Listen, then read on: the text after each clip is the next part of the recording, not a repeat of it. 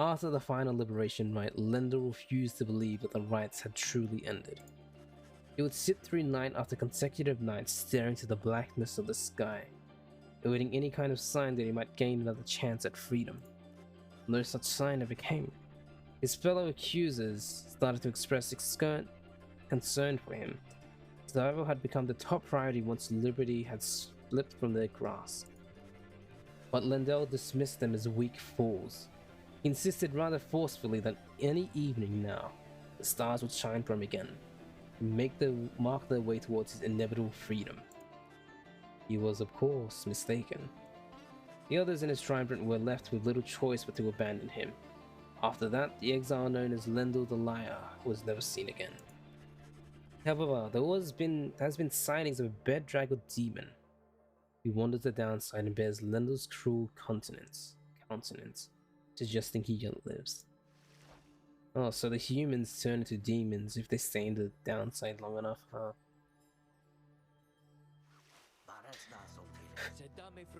As the cycle of rites drew to a close, it grew evident that a chance of freedom from the downside had forever slipped from Dalbert and Armor Oldheart's grasp. Thus they and the exiles of the fate remained returned to Yomi Valley. There they struggled to get by as exiles tend to do.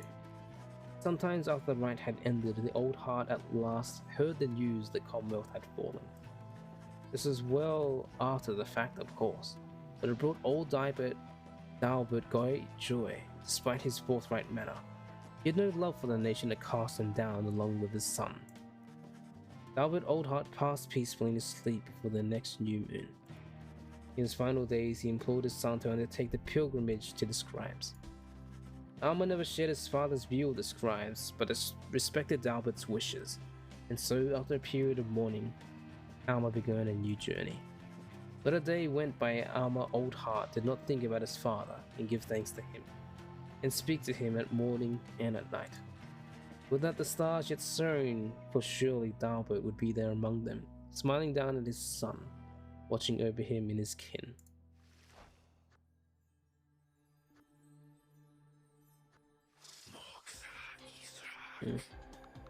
After the cycles of the rites had ceased, Witch Udmild returned to the Flagging Hands region, where she sealed herself within the pit of Milleth. There, even her fellow exiles of the Withdrawn allegedly grew unnerved after a time and left her to her vile work.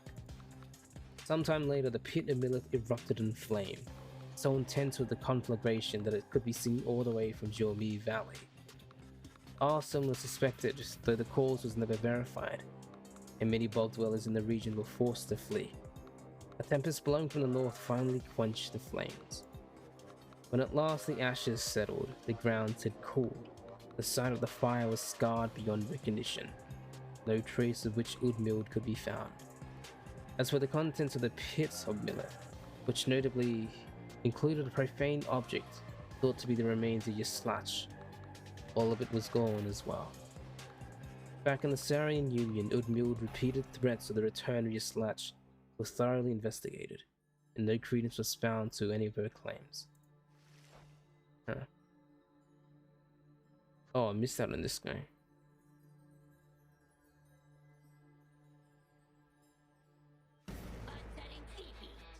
Barker Ashpool never had much interest in returning to the Commonwealth, but he always found its bylaws to be stifling, so when the rites ended, he did not care at first. He soon grew very bored. The rites had given his life a certain sense of structure he had always needed.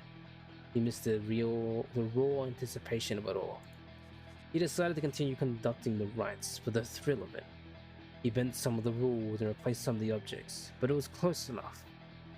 His packmates and dissidents proved more than happy to participate, and thus they ran against each other back in Yomi Valley.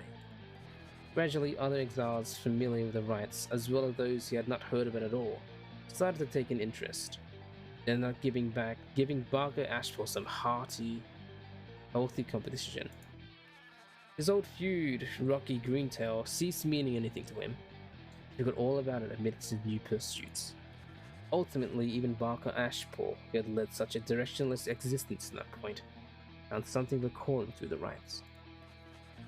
Whether he took the rites less seriously than other exiles of his time, or more, was oft debated by those who watched him work.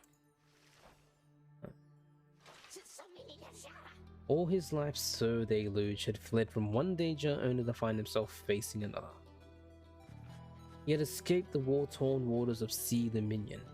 He had escaped the blood border of the Commonwealth, and now he had escaped the rites. After the rites have ended, many exiles wrapped up in the ancient test were crestfallen as their last chances to return to their homes vanished, along with the stars above. But Deluge did not mind, for this outcome meant that, at last, there was no burden and responsibility weighing down on him. While most of the fellow exiles of the Pyre hearts yet longed for the waters of Sea Dominions, driven as ever by their impulses towards conflict, Deluge settled down, which reminded him one of his companions, one Lady Seagrass, had taken a liking to him for some reason. Reportedly disappeared into the waters of Worm Gulf, which may begin to explain the significant increase in worm population observed in the vicinity. Oh, they had a little babbies.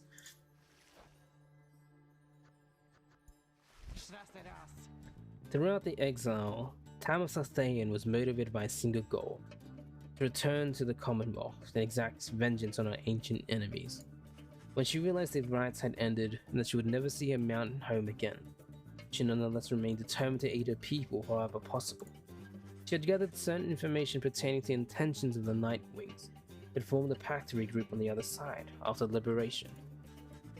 Now, such reports exposed certain weaknesses in the Commonwealth defenses and revealed to the Highwind remnants the opportunity for a risky but potentially impactful strike. As Tamatha could not participate in the assault, she learned what happened well after the outcome. On that night, known as the Scribe's return, the Commonwealth had fallen. The Highwing remnants thus prevailed at last without even having to fight. Soon after the fall of the Commonwealth, Tamatha encountered her blood sister Tamatha, come to pay her a visit. Tamatha had hoped the people's victory on the other side would cause for reconciliation. Tamatha was skeptical of her intentions, however, and lashed out at her. Tamatha made no attempt to elude the attack and was struck full on. This cost Tamatha the use of her right wing. Yet after she recovered, she shrugged the incident aside. She shrugged. They said maybe they would call it even now. From that point on, the Blood Sisters kept a formal distance, but were cordial with each other. Knowing that the conflict on the other side had ended, Tamatha retreated to the crags of Black Basin and grew even more distant. It is closer to surmise that her ability to reconcile with Blood Sister was at the heart of this. They fell apart. Tamatha never once admitted to any such weakness. Drink? Yep.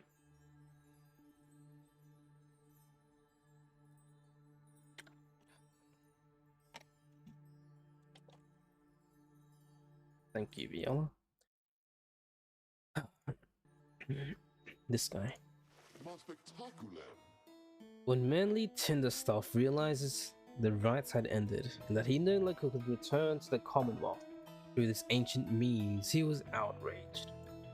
He cursed the scribe, spewing forth such a flow of blasphemy as to be unbecoming of one of his high status and bearing. When at last he calmed himself, he focused all his energy on attempting to find another means of homecoming.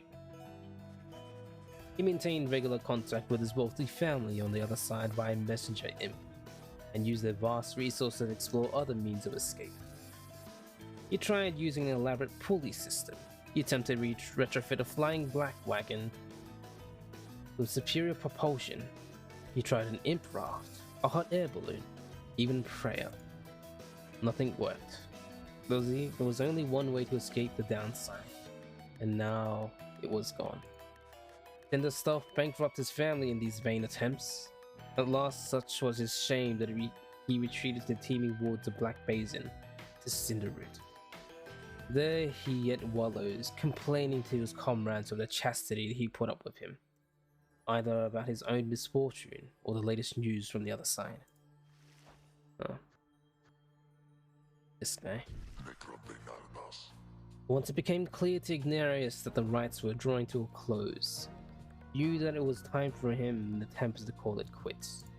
But first, he and the Tempest decided to celebrate, and that they did, for many, many nights. The revelry did eventually subside. The exiles, partially amicable, and went their separate ways. He roamed the downside then, searching for some meaning in his life. Sometimes taking odd jobs requiring his brute strength. He remained alone for a very long time and took on many lovers in his time. However, he sometimes thought about the one he had called Curly Hearts and what became of her. Though his glory days as the most powerful conductor of the riots had long since passed, he always enjoyed the fearsome reputation he had cultivated at that time.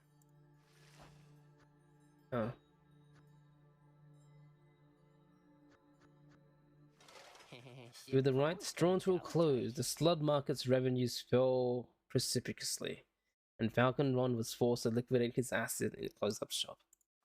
Yet, as sometimes the case with those of entrepreneurial leaning, this time of hardship led to an epiphany, or at least a sudden change of fortune. One day, Falcon Ron had a run with a messenger imp bearing news from the other side. Ron gave it one of his remaining chinkrets, which could not be sold. This following week, the messenger imp returned to him bearing a tiny sum of wealth, newly minted coinage from the Syrian Union. Falcon Ron cut a long-term deal with the messenger imp, then and there. Though his travels remained a grey area from a legal standpoint in the Syrian Union, trades, the newfound fame of the downside caused Falcon Ron's guild to explode in popularity. He later signed an elaborate agreement with Big Bertrude's and found a distribution partner on the other side through Rookie's Greentower, whose own business had expanded. Especially in the Syrian Union, Falcon Ron's goods are still known for the superior quality, though he assumes no reliability for any side effects. Let's see. Well, let's go meet with our other people. After the rites ended, Pyre parted ways with the other Nightwings, stated that she needed time alone. She reappeared sometime after the fall of the Commonwealth, although she expressed mild surprise at the news. She claimed to have no knowledge of what went on, including what role the High Wing remnants had in the events that shaped the world on the other side. From her part, Pyre feigned little interest, making the point that they were stuck. What happened elsewhere had little to do with them now. Someone with whom she kept in contact was the bud dweller called Big Bertrude. They would discuss all sorts of matters long into the night, and sometimes hunt together too. One day, while traveling to Black Basin, Pyre ran into her blood sister Tamith for the first time since the conclusion of the rites. Their reunion was not amicable as Pyre might have hoped, and Tamith, still resentful of their history together, turned violent. Pyre would later brush aside the incident, but always had an injury to show for it. Yet from that point on, the blood sisters were back on speaking terms, at least for the most part. Having long felt since, though, as she had no home to call her own, Pyre continued traveling about the downside. As a tempest swept across the land, changing its features, she found it in a sublime beauty, and in the starless night she could see it just fine. And she said such travels tended to remind her of when she was younger and could fly unfettered.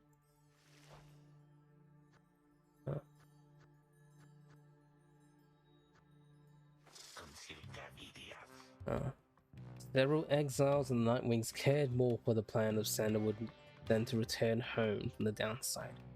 The crone called Big Bertrude was a big prime example. She had found a suitable environment to live within the dismal regions known as Flagging Hands. There she had built up a thriving place of business known to many exiles in the land. With the rites having ended, she returned to her preoccupation, working away almost as though nothing had happened. When one gets to be more than 400 years of age, perhaps then even monumental events such as the culmination of the rites, the collapse of the Commonwealth, are seen as trifling matters. Much of her effort was doubtless due to the influence of Sandalwood, someone whom she had admired now for decades. He had made clear that he could not requite her feelings for him, but what could have been a hurtful dismissal led only to a deeper understanding between them. She maintained an unlikely kinship with the harp, Pyre, whom she had known during their time together on the Nightwings. They each had different strategies for dealing with life's day-to-day annoyances, a subject that they both found vital, if not fascinating to no end. By large, By and large, Bertrude kept focused on her work, whether casting spell enchantment or imbuing talismans. The work brought a sense of purpose, she would say. In the Commonwealth, such services were strictly forbidden, but on the downside, there was a real need for simple luxuries, which the competing slug market could not always provide. Thus did Big Bertrude continue to live up to her name, and the tales of her days with the Nightwings made her much more the living legend.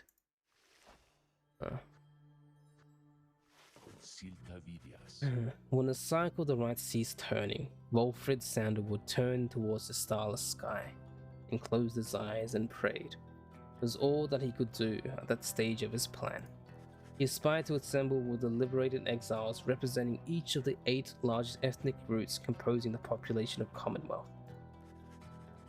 They would stand together as a vision of the 8 scribes returned, inspiring the masses to embrace an older set of values from before the Commonwealth had tightened its grip. With the rites ending sooner than expected, this ideal scenario became impossible. Sandalwood's own freedom, for instance, was now forfeit. Yet the plan did have contingencies. Fortunately, most of those contingencies did not prove necessary. Word reached him that on the site of the night on the scribe's return, his fellow liberated Nightwings stood together and their voices echoed through the streets. These former exiles who ought have disappeared into the ranks of Commonwealth's own leadership now stood united with its people, who poured from their homes in solidarity. It was imperative to Sandalwood to stand against the Commonwealth would be peaceful in its nature, and overwhelming show popular support would be more than enough. Ensuring this was a priority, and in the end, the result was self-evident. The plan's goal had been achieved. Sandalwood kept busy after that, as much as possible, providing counsel from afar to those who would be at the forefront of the birth of the Sarian Union. Of course, being stranded at the downside meant there was only so much he could do. Resting assured that the future of the nation was in capable hands, he returned his attention to the remaining exiles at the downside. They might never return to that new nation, but at least they could experience its triumphs and struggles in some vicarious way. So he took to his old works, writing and printing. As literacy began to spread again throughout the Sarian Union, so too did the exiles at downside take to it. For his part, Sandalwood helped to teach as many as he could. More than that, he provided the material to read, a semi-annual report about the latest events both in Sarian Union and the downside.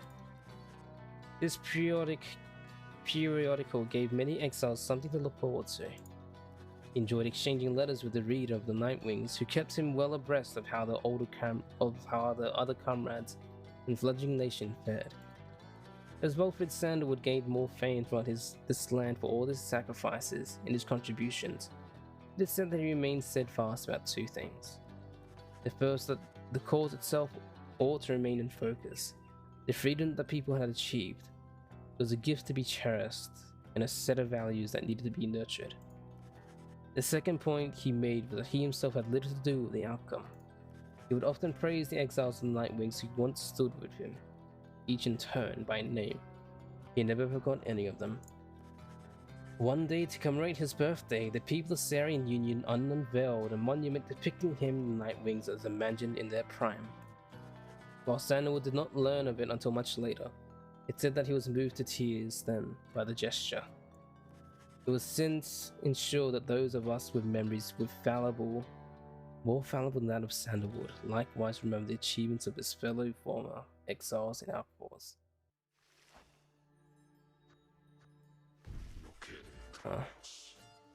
After the shimmering pool closed for what would be the last time, Orlich looked around him in the flickering light of the Nightwing's still burning pyre.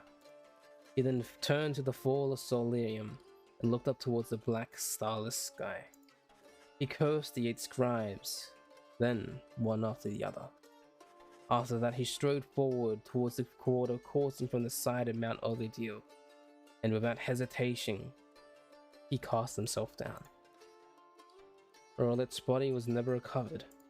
The drop from Mount Olidil does not appear survivable. although Orlich did survive it once. That time, however, he was filled with fury. Such was the betrayal he had suffered when his fellow exile claimed his rightful freedom.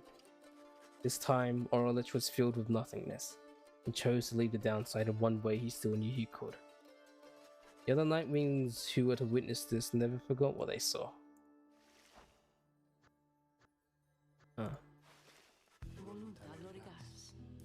After the cycle of the rites ceased turning, the lone minstrel bade the remaining Nightwings take the Black Wagon and seek their fortunes elsewhere in the downside.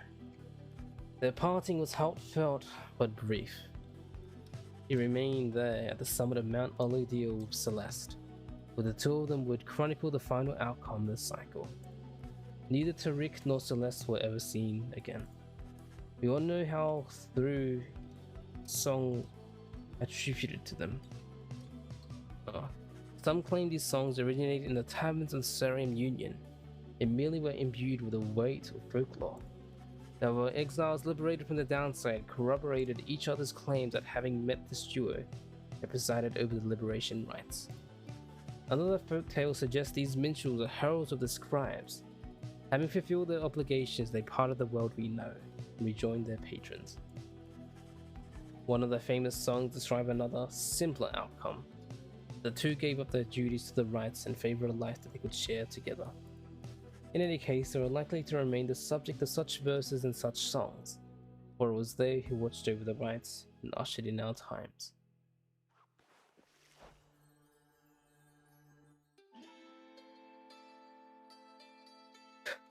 There is one more account which warrants mention.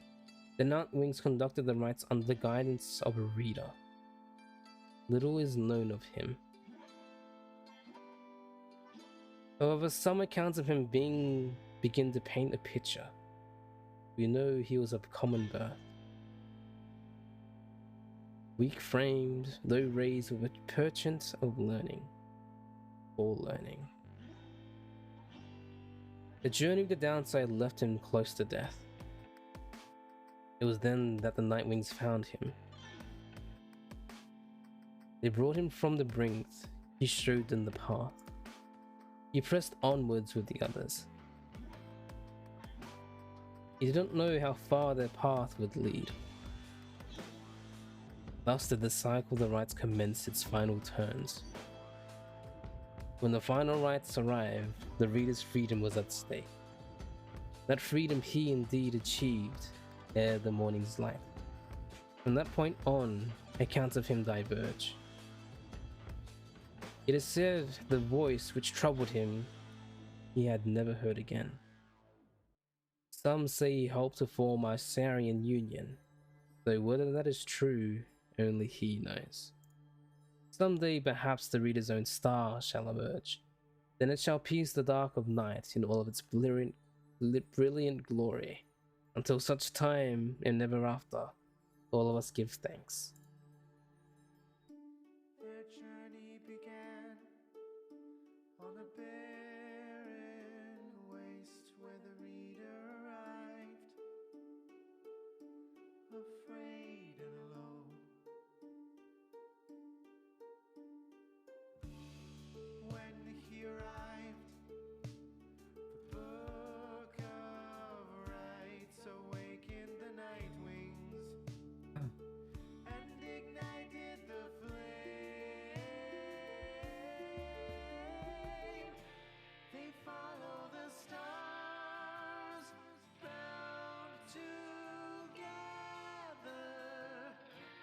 strands in our brain till the I guess that's the end.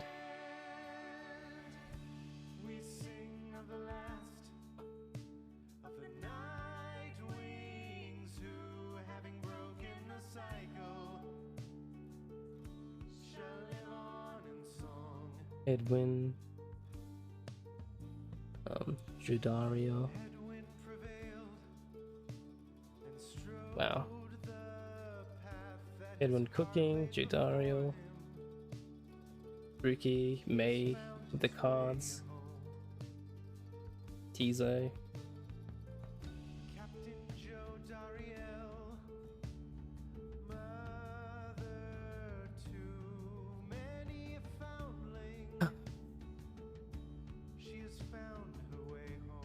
Well, that's it. Rookie Greentail has proved his worth and returned to his Farewell, Nightwings. Yeah. Oh gosh. 12 hours and 20 minutes. This has been like the longest stream I had in a while. God. they follow the stars bound together. Oh, that's it. That's the end.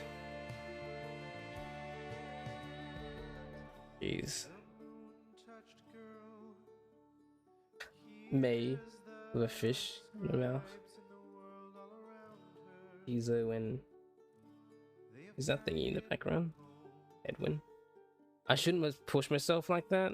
Yeah, I just said that I wanted to finish the game because I felt like it was gonna be done soon, so here I was. To ascend from the downside, he has found a new home. Sir Gilman the Bold, ever in his And that was Reading with Roy. Yeah, Reading with Roy is done. he has found his way home.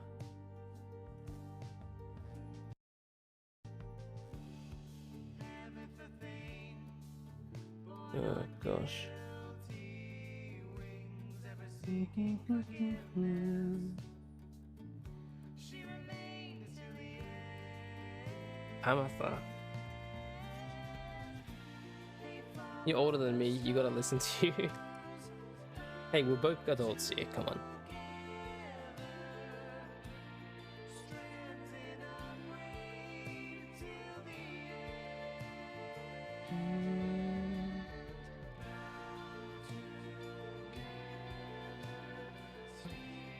Well, that'll be it.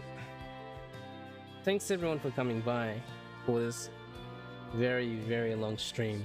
It's 3 p.m. Gosh, I'm so... Oh, my throat, my throat, I'm tired. Ah.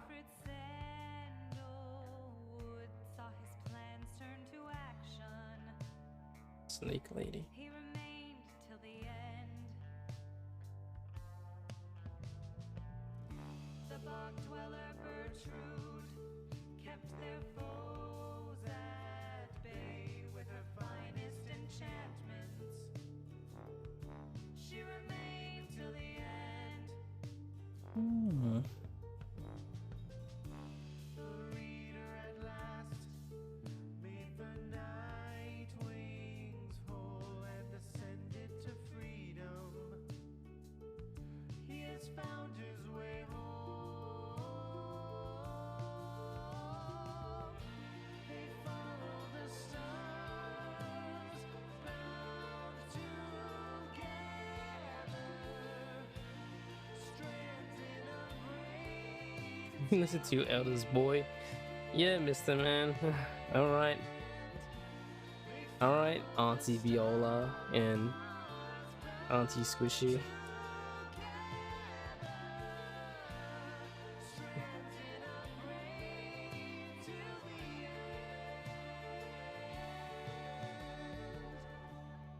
now at the end, as we bid Mummy Squishy. farewell and return to the stars, we shall find our way home.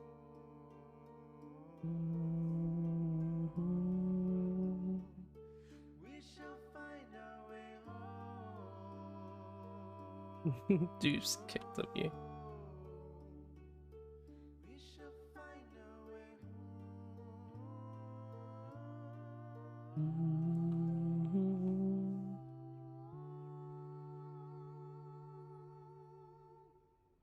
What's this?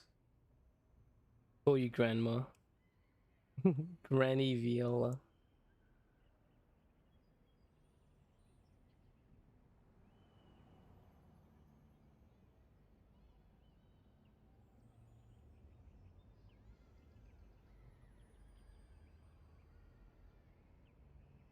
Wait, you need a Bang Chao with high droid voice.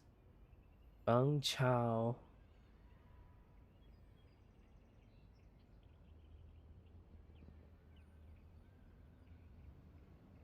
Bang Chao.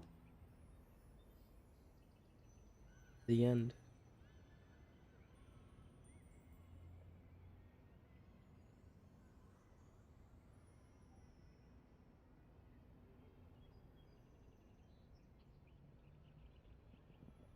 True Nightwing campaign unlocked. Well, that's the end.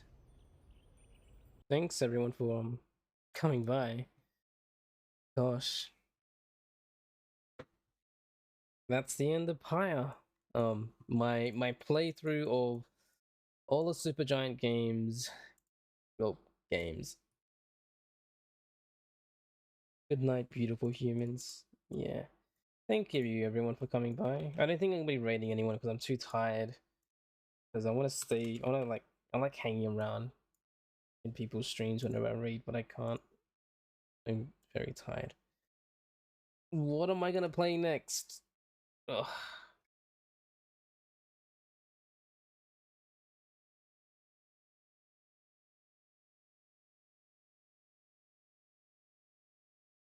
Hmm.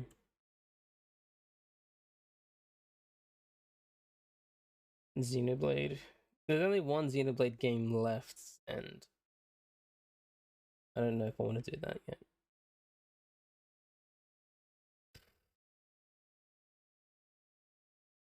I feel like playing more indie games. There's actually a perfect game that I could play tomorrow. I'll play a game called Hyperlight Drifter. Eventually, I'll give in. I mean, I'll play another Xenoblade game eventually, but it's not now. I'll play Hyperlight Drifter. It's another indie game, a pretty good one as well. A really good one. It's great. And fortunately, that game has no dialogue and whatsoever. So yeah, I will be able to rest my voice for tomorrow. Is Pixel Souls. Kind of. But not really? I don't know. That's what I'll be playing though. Oh, Hyperlight Drifter. I love it. So yes, thank you everyone for coming by. Squishy, Viola, Bionic, thank you. There was a lot of people here today actually. Couch, Skiro, thanks for dropping by to see what my stream is like. I don't know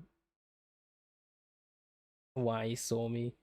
Julie, thank you again for the raid and the 2 gifted subs. Jump, thank you for the follow and 1 True Dicks. Who else was here? Niz was here. Verdo was here. Gabe was here. Sunny Delight, thank you for the lurk. It was a lot. I forget. Anyone else that was here, thank you. Anyone else lurking, I appreciate you. But I'll be back tomorrow. I'll be back. Hopefully I am not so tired. My voice is fine. So yes. Oh, sorry. Do I have anything else to say? Not really, no. Anyway, that'll be it. I hope everyone has a nice rest of the day, evening, afternoon. It's probably like actually midnight and evening for you guys actually. But yeah, I will see you tomorrow.